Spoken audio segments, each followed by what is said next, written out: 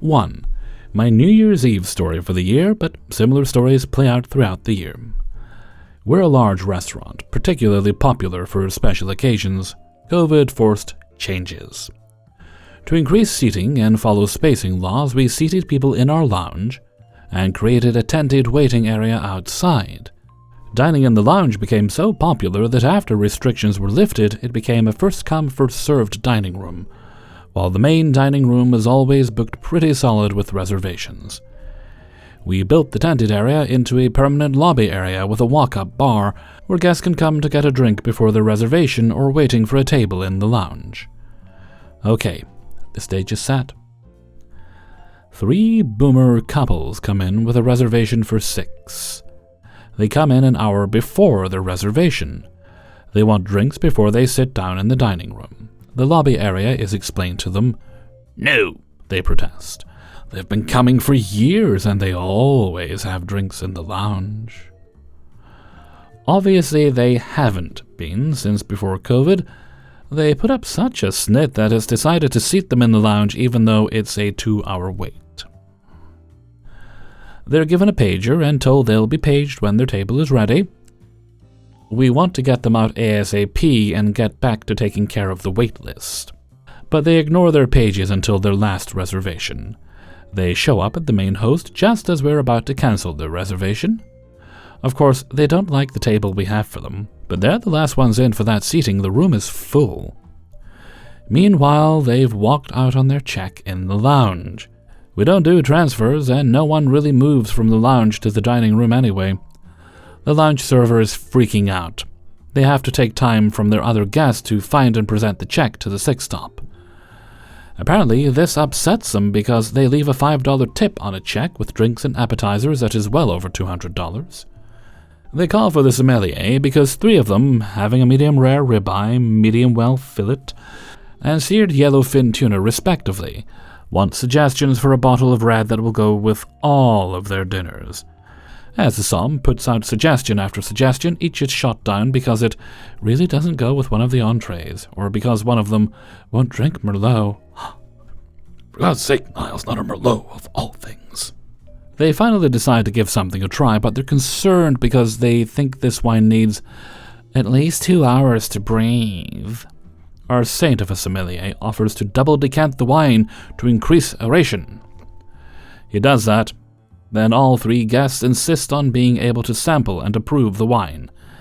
And they don't just taste and approve the wine, they go into a full-blown tasting, smelling the cork, looking at the color, looking for legs, comparing the aromas and flavors they're experiencing. Finally, the somm has to ask if they approve the wine, which they grudgingly do. Things settle down for a while until the entrees come. All 6 dinners are pronounced incorrect and have to be taken back for various changes. When the check comes, they announce at that time that each couple wants a separate check. But seeing how high maintenance they've been, the server is prepared. Each couple leaves different tips, but it averages out to a shade over 15% on the pre-tax total. What amazes me about boomers is that they routinely ignore the existing rules and customs of whatever business they're patronizing. And boy, do they patronize. Insisting that the customer is always right. And yet, they think it's all the younger generations that are entitled. Thanks for listening to my rant. 2. This is like my favorite story to tell about when I was a server. So like 9 years ago, I was 18, working as a server for the first time, having been a busboy since I was 16. I wasn't experienced, I was working in this restaurant by the beach, and it was a pretty quiet day. Inside mostly empty, terrace like half full. In come 2 women and a very disabled guy. I don't specifically know what this man's condition was, but just in the way that Stephen Hawking had motor neuron disease that greatly affected his ability to move, this man was in a similar situation, although he could talk, albeit very strenuously. They order a 3-course meal, which is kind of weird because most of that day we were just getting drinks. It was sunny but kind of windy and not very hot. I offer to seat them inside. They refuse. All right, fine, I guess. They got the whole package, like appetizers, steaks, even ice cream. Bill goes up to like easily €200. They also didn't seem like the type of people to be having the money to throw at fancy restaurant meals. My gut feeling said this was weird, but I'm like, hey, they have a guy in a wheelchair. What are they going to do, run away? Ha! Well, I'm inside chatting with my boss for a few minutes. I come outside. These motherforkers had left. I tell my boss, and I start running down the promenade, looking for the two women and the guy in the wheelchair. I can't find them. Madre Dios. It's going to take me like 4 days to pay off with tips. They don't tip in Europe like they do in the US, especially on slow days. Paying back tables who left with your tips is illegal here, but my boss also regularly gave me extra money if I did well on a busy day, so I just accepted it. Bummed out, of course. I walk back onto the terrace. Then a woman gets my attention. She says she saw them leave, but didn't know they hadn't paid. But figured out after I ran off after them. She points me to just in front of the restaurant. There's this ramp that goes down to the beach. The guy in the wheelchair is there. I go there, and sure enough, guess whose electrically powered wheelchair has gotten his wheel stuck in this sand? We'll try to drive back up the ramp. I mostly feel bad for the guy, so I just go up to him and tell him that he's going to have to come with me. He's like, take my phone. I'm like, huh? He nods to his side and repeats, take my phone. I grab it for him, from like a sort of little bag he had on, and take out his phone. He asks me to dial a certain contact, so I do. The phone rings and a female voice answers asking where he is. He then answers that he's at the beach and the waiter found him. The voice starts cursing like crazy, and my French is alright but not good enough to understand whatever the hell she was saying, but she sounded really annoyed at him for getting caught. I take over the phone and I say, hey, yeah, come back to the restaurant or I'm calling the police. I push the guy's wheelchair out of the little heap of sand on the ramp and I tell him, man, I'm sorry they left you here. He doesn't answer. They're kind of a-holes, I add. No answer still. Like 10 minutes later, the women arrive. With the most fake sorry we totally forgot to pay. Ah, sacre bleu, it was so confusing. She thought I had paid, I thought he had paid, he thought I had paid. It is okay, it is fine, we are here now, there is no need to go to the police and for anyone to go to jail, huh? Magnifique. I just stare at them and ask, by card or by cash, please? In case you wondered, no tip. I did get sympathy tips from the other customers at least. That's my little story. Hope you enjoyed. 3. I work in an Italian restaurant and arcade, mom and pop deal, and I have a big section of 12 tables, with tables ranging anywhere from 5 to a 20-seater. Right as we opened, I had 2 parties of 10 and 16. Then a 25 walk-in shows up, and I gladly took them too. Little league team. Anytime we get those types, we all know it'll be separate checks, even though we can only do 5. I explained this to them, they agreed, but it was still essentially every single person ordering their own thing. Mind you, everyone ordered literally the same, and I tried to convince them to get large pizzas and pastas to save them money, but they refused. I placed their order, and mind you, there are only 2 cooks, one doing dinners and apps, and one making pizzas. 15 to 20 minutes goes by, and all of their food starts to come out, in order.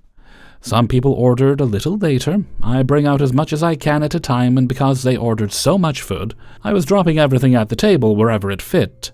There were only 3 people at the table when I was dropping food off, and it took me a minute. I had no busser. Everyone else was in the arcade. I made sure to place everything where it should be, where the person who ordered it was sitting, but people would move seats, so it was hard. I made sure to tell the people still sitting as well what I was dropping off, so there was no confusion. After nearly everything was dropped off, 15 minutes later a guy walks up to me at the counter as I'm checking out a different table, and starts raising his voice, saying he never received his pizza. Oh no. I tell him it's literally in front of where he was sitting. Literally. He says, I don't see it. What are you even pointing at? It's not effing there. I just repeated, Sir, you ordered a medium pep. This is your medium pep. And he starts yelling at me saying, "Well, you put it in the wrong effing spot. Someone else started eating it." And I told him, that is not my fault. As I realized the person he was pointing at ordered a large pepperoni, I told him that I did in fact take his pizza to the table.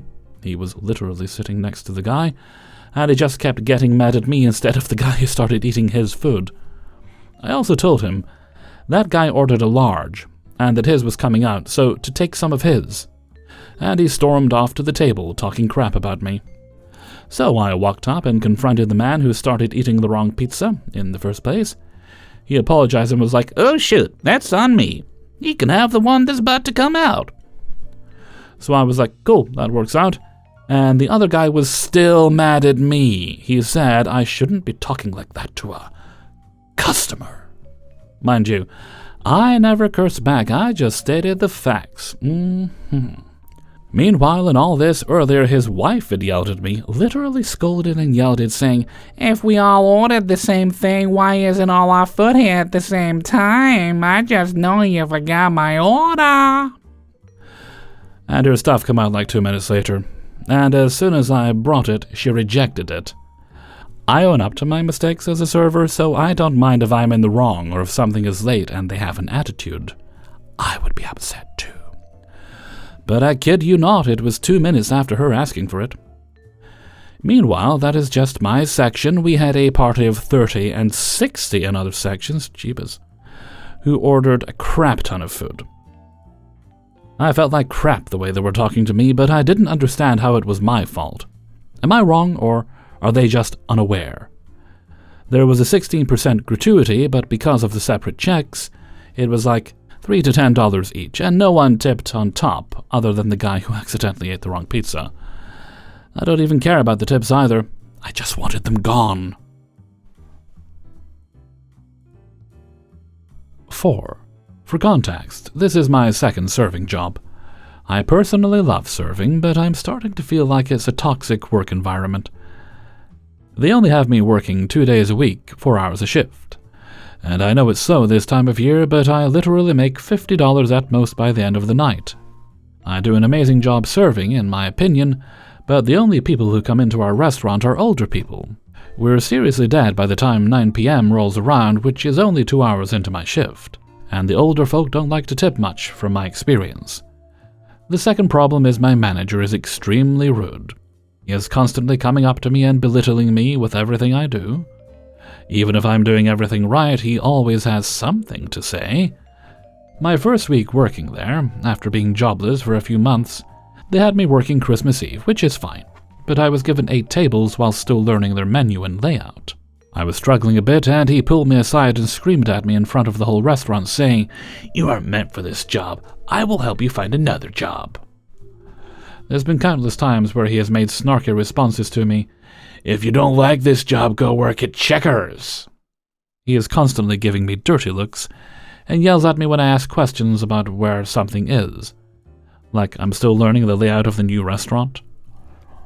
There was a night where he made me cry so bad that when I got in my car I told myself I wasn't coming back. The next day I did call to put my 2 weeks in, and my GM tells me she doesn't want me leaving, and that she will talk with said manager. Being the person I am, I caved and told her that I will be returning only if she can try to give me as little shifts without him as she can.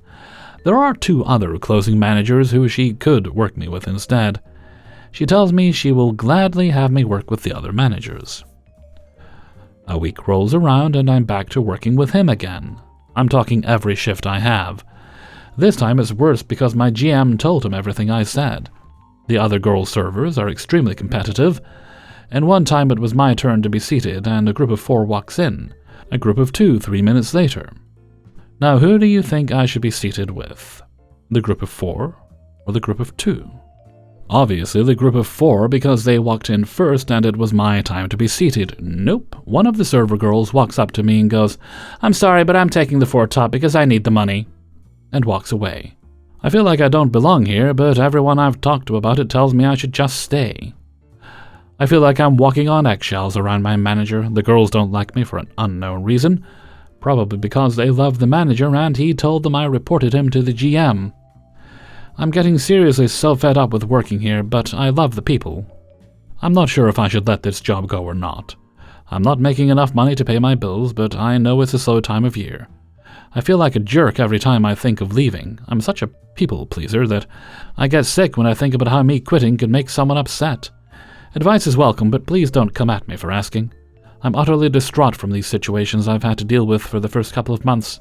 Half of it isn't even listed. Thanks.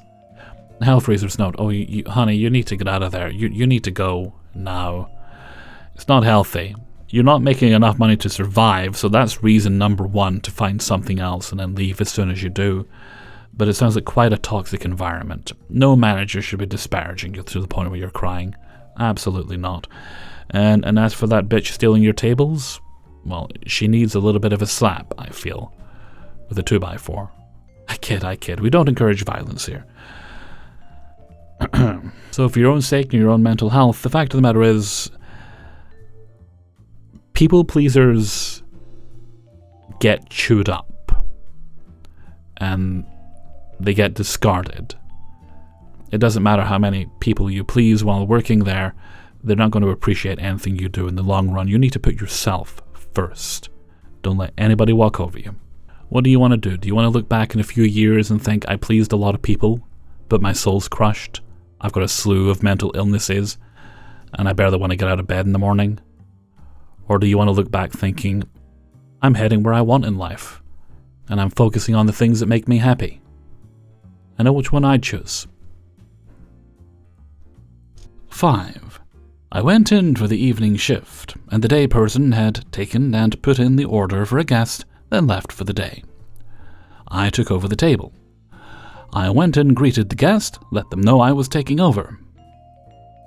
I brought his food to the table once it was ready. He is questioning me on the type of fish I brought. He said, "Is this halibut?" I said, "No, it's haddock." He asked, "How did I know that?" "I can tell by the flake and shape and size." He said, "Okay, yes, I ordered haddock today." Which is what was on the ticket. I asked, "Do you have everything you need so far?" He then asked me for a small plate to use for dipping. I figured he wanted to put ketchup on the plate. I said, "Okay, will that be all?" He said, "Yes, for now." I said I will be right back with one. I dropped the plate off. He says, "I would like some sauce for my onion rings." I said, "Okay, what kind of sauce would you like?" He said he wanted our house salad dressing. I said, "Okay, I will be right back with one." I dropped the dressing off. He then motions his hand, waving me off like, "Go away now." I just say enjoy and walk away. I do a quality check a couple of moments later. "How was your first few bites?" "Very good," he says. I go midway through and topped his water up as it was half full. When I had seen his beer was getting low, I asked, "Would you like another beer?" He replied, "No, I am just having one." A bit later, I walk by. He is now done with his fish and is having his last bite of an onion ring. He says to me, "I am so full, can't do any more." I ask if he would like a box. He said no. "Can you just feed it to the homeless people?" I'm thinking, yeah, whatever, like, people want your used food. I throw it away. He comes up to the till to pay. I give him his bill, and he says, "I substituted my fries for onion rings. Why am I being charged this $4? I said, "That is the charge to substitute your fries to onion rings." "Why is that?" he says. I said there is an upcharge as they are more expensive. He asks me if I can give him a 50% discount on the upcharge. I said I have no authority to do so. He starts yelling at me about the extra cost and says, "Yeah, whatever, blah, blah, blah, blah, blah." He then says, "I eat at a lot of restaurants all over the world," and he has not experienced this before. I said I can go get the owner and he could discuss his concerns with him. He then yells, "You're just throwing fuel on the fire now." I said no. I can't make any changes, but you could discuss the charges with him. He is continuing to tell me that he has never gotten charged extra for substituting. This is ridiculous, and he is yelling at me for that. I don't know anything at this point. I am annoyed by his rude behavior, but with a smile on my face and a very pleasant tone, I said, "I'd love to hear the names of the restaurants that don't charge extra. Please share." as I get my pen and paper out. He just says lots of them don't. I say which ones. I would love to know. He says don't worry about it. At this point he is done paying and walks out. Have you ever had someone that has never heard of up charges for substituting for more expensive items? Hey everybody, Hellraiser here, and thank you very much for listening to Spinning Plates, episode 267. And thank you very much to everybody who allowed me to use their stories in this video. Before you go, please do hit the like button and subscribe if you haven't already chosen to do so. And you could also support me on my Patreon page, which is linked in the description there for you. Even $1 or so a month is very, very helpful. Thank you kindly. Right, I don't think we've... oh, wait, no. I almost forgot. We do actually have a little birthday shout-out to do today. I remembered. I had one for Spinning Plates. And today's shout-out goes to Jess. Their birthday is on the 1st of February, which if I've timed this right, that should be when this video goes up. Yes, it should. Well, I hope you have an amazing birthday today, Jess. I hope that you do have the day off if possible, but if not, make sure after work you take some time for yourself. It's very important to do that because we mustn't overwork ourselves. Work to live, not live to work. That's how it should be. And before I go, I'd like to sing a happy birthday to you.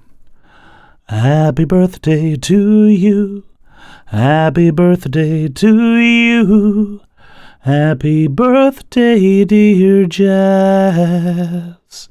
Happy birthday to you.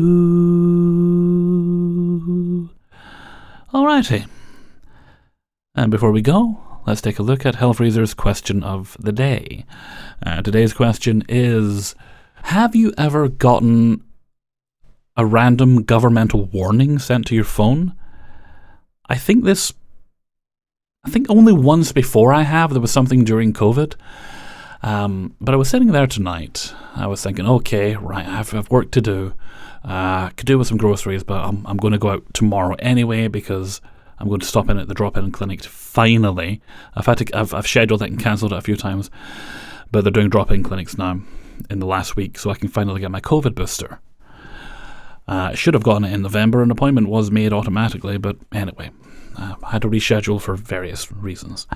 And so I was going to take care of that, then just buy my groceries and head home. That was my plan. Then suddenly, I just, as you do, just kind of double tap the phone to check the notifications. Then it's making this loud, blaring noise, and oh goodness, then something pops up on the screen. I'm like, what's wrong with my phone? Is it broken? Then I realized, no, it's a red alert for the weather, because we've got a bit of a storm in this area, and it's right across the area where I am. There's a red zone, an orange zone, and a yellow zone. If you're in the yellow zone, you're fine, you'll get a bit of rain. Orange isn't going to be great, and if you're in the red zone, which is where I am right now, they're telling you don't go out because it's dangerous. It'll be dangerous out there.